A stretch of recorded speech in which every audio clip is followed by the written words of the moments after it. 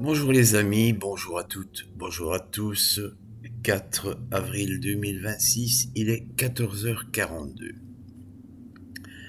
Alors une petite vidéo qui est, pour ainsi dire, improvisée, et je reconnais en toute humilité, en toute franchise, que j'ai eu bien du mal à la concevoir, pour la simple raison que je ne savais par quel bout commencer. Tout d'abord, je voudrais opérer un distinguo entre Église, institution et foi chrétienne. Ce sont deux choses qui sont totalement différentes. Je n'irai pas jusque dire diamétralement opposées, encore que. C'est un avis tout à fait personnel. L'Église institution est pyramidale, verticale. La foi chrétienne est quelque chose de personnel que partage la majorité des chrétiens sur base des enseignements bibliques. Il se trouve que l'Église institution a retiré au fil des années pas mal d'écrits dits apocryphes. J'en ai déjà parlé précédemment. C'est-à-dire que beaucoup de choses ont été cachées, occultées à la communauté chrétienne au sens large. En plus des dits apocryphes, je pense à la problématique, entre guillemets, de la fille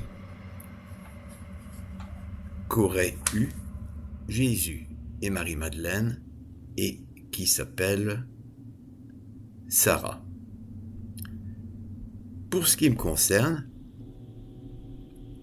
il est tout à fait plausible que Marie-Madeleine ait enfanté une fille s'appelant Sarah. Cela aurait pu être un fils.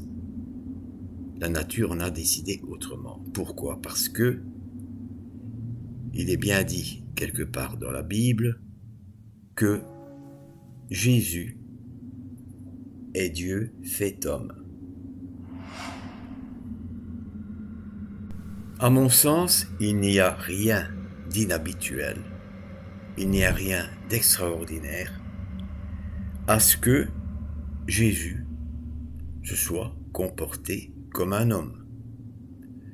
C'est l'Église institution qui a voulu faire croire à la communauté chrétienne de façon implicite que Jésus était finalement asexué.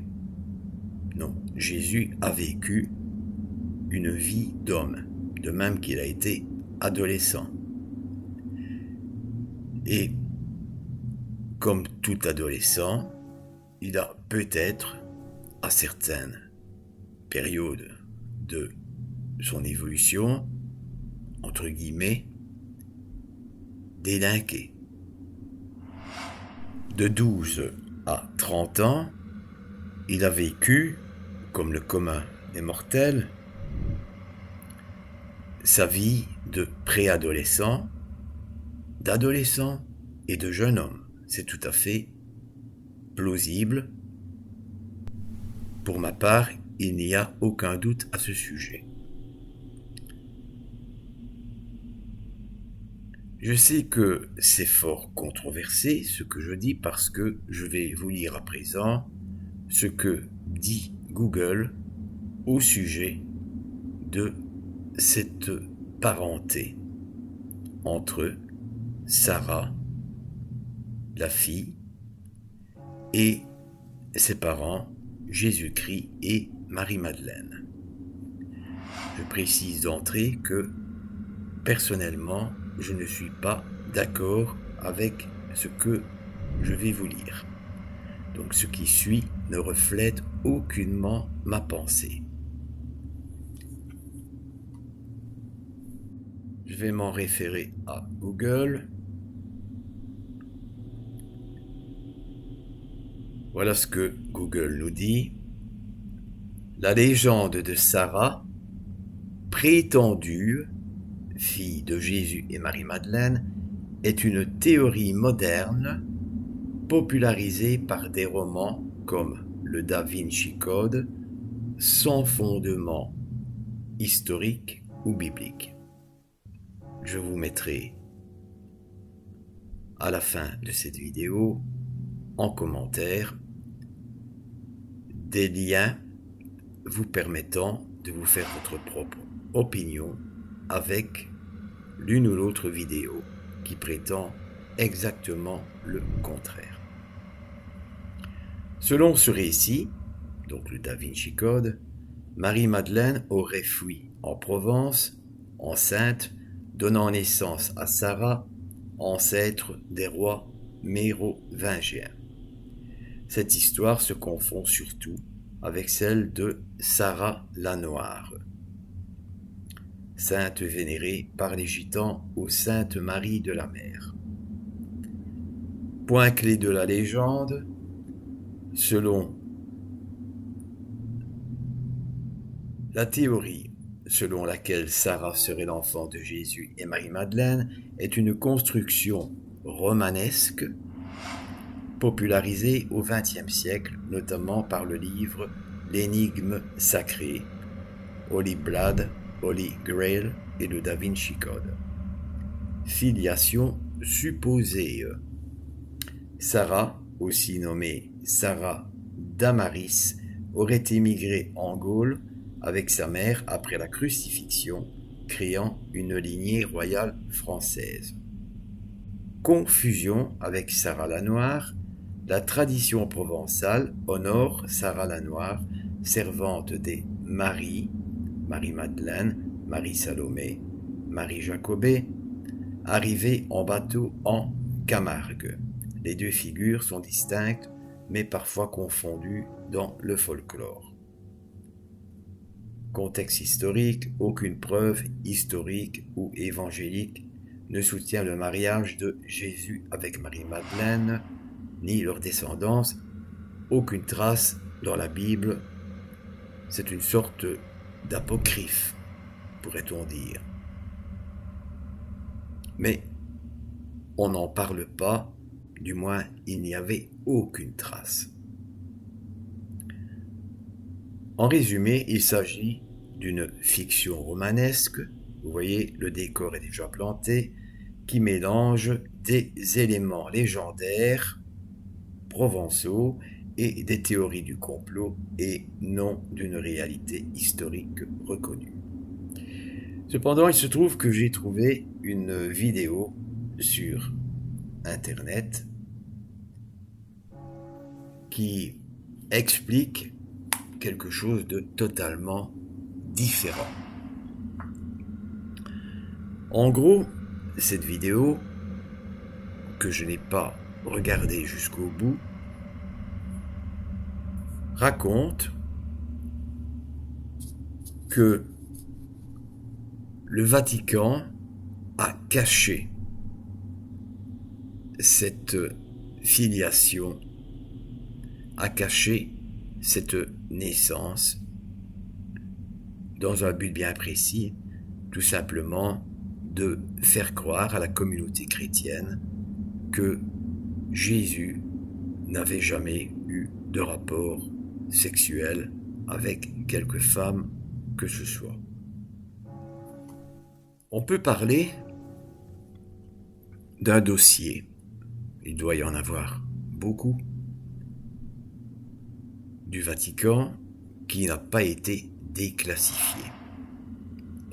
Il en est un autre, c'est le dossier qui concerne le concile cadavérique, dont peu ont entendu parler. Je fais partie du nombre de ceux qui n'étaient pas au courant de cette histoire. que je vous invite à suivre aussi après avoir pris connaissance du lien qui vous permet de découvrir cette vidéo. En 2 mots, ce concile cadavérique était purement politique. Donc on en revient à l'Église, institution politique et, oserais-je dire, accessoirement spirituelle. Parce qu'il se trouve que tous les papes n'ont pas été, loin s'en faut, des saints hommes. Il y en a pour tous les goûts et pour toutes les couleurs, comme on dit de par chez nous. Je vous laisserai découvrir cela par vous-même, c'est bien mieux raconté que je pourrais le faire. Il me vient à présent l'idée de faire un parallèle entre cette histoire tout à fait plausible, à laquelle je crois. Là, c'est une question de croyance personnelle. Et certains dossiers partiellement déclassifiés de l'assassinat de John Fitzgerald Kennedy. Vous voyez que je passe non pas du coq à l'âne, mais que je parle à présent de quelque chose qui semble être d'une nature totalement différente de la précédente. Et est-ce vraiment le cas? Il n'y a pas tellement longtemps, sur la chaîne National Geographic, sauf erreur de ma part, un reportage a été diffusé concernant l'assassinat de JFK, mais c'était dans le cadre d'une émission Alien Theory que certaines et certains d'entre vous connaissent et qu'il faut prendre avec beaucoup de pincettes d'ailleurs, et qui en gros nous dit que si JFK a été assassiné, c'est parce qu'il était sur le point de révéler l'existence et la présence d'extraterrestres parmi nous. Tout simplement. Mais il existe aussi, et cela, et je suis convaincu que vous connaissez le film JFK, une toute autre théorie. Quand vous écoutez le réquisitoire du procureur Garrison, qui a eu quelque temps avant, peut-être quelques semaines ou quelques mois, peu importe, un contact avec un ancien agent de la CIA, c'est tout autre chose.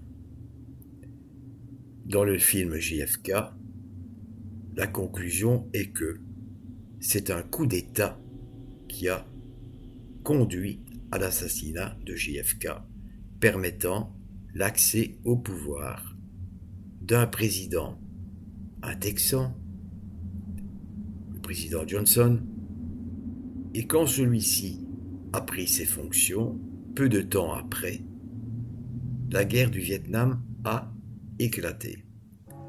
C'était donc un motif politique. Alors est-ce que c'est pour des soucis de manipulation politique de la communauté chrétienne que le Vatican n'a pas déclassifié, je le précise, le dossier relatif à la naissance de Sarah, fruit de l'amour de Jésus-Christ et de Marie-Madeleine, c'est tout à fait vraisemblable.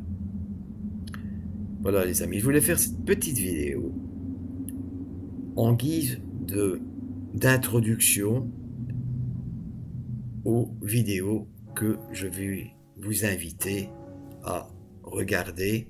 L'une ne dure pas très longtemps, donc c'est celle qui évoque le concile cadavérique et qui valide en quelque sorte mon point de vue, et une autre vidéo qui parle de la manipulation opérée par le Vatican, l'Église institution, pour cacher la vérité à la communauté chrétienne au sens large. Voilà les amis, je vais, avant de mettre cette vidéo en ligne, effectuer un certain nombre d'ajustements, parce que ce n'est guère aisé de traiter, même sommairement, de deux sujets qui, en apparence, n'ont pas la moindre filiation, oserais-je dire. Sur ce les amis, je vous souhaite à toutes et à tous une excellente après-midi, une excellente soirée. Je vous laisse cette caméra, mais pas du cœur. N'hésitez surtout pas à nous dire, quand je dis nous, c'est Maryse et moi bien sûr, en commentaire ce que vous pensez. Et de Sarah, fille de l'amour de Jésus et Marie-Madeleine, est-ce que pour vous, elle a existé? Est-ce que c'est de la fabulation? Est-ce que c'est de la manipulation exercée par l'Église institution, l'Église catholique, dans le cas présent? Est-ce que c'est une idée qui va son chemin de faire cette liaison entre la situation que je viens d'évoquer et les raisons politiques qui ont amené à l'assassinat de JFK? C'était bien deux situations différentes, deux périodes différentes, mais il semble que dans un cas comme dans l'autre, c'est la politique qui était le moteur de ces deux événements. Je ne saurais pas mieux vous dire les choses que de cette façon. À bientôt les amis, nous aurons très certainement l'occasion de nous retrouver. La prochaine vidéo sera une vidéo de chant, donc qui n'a rien d'ésotérique, qui est pour le divertissement. Tchuss.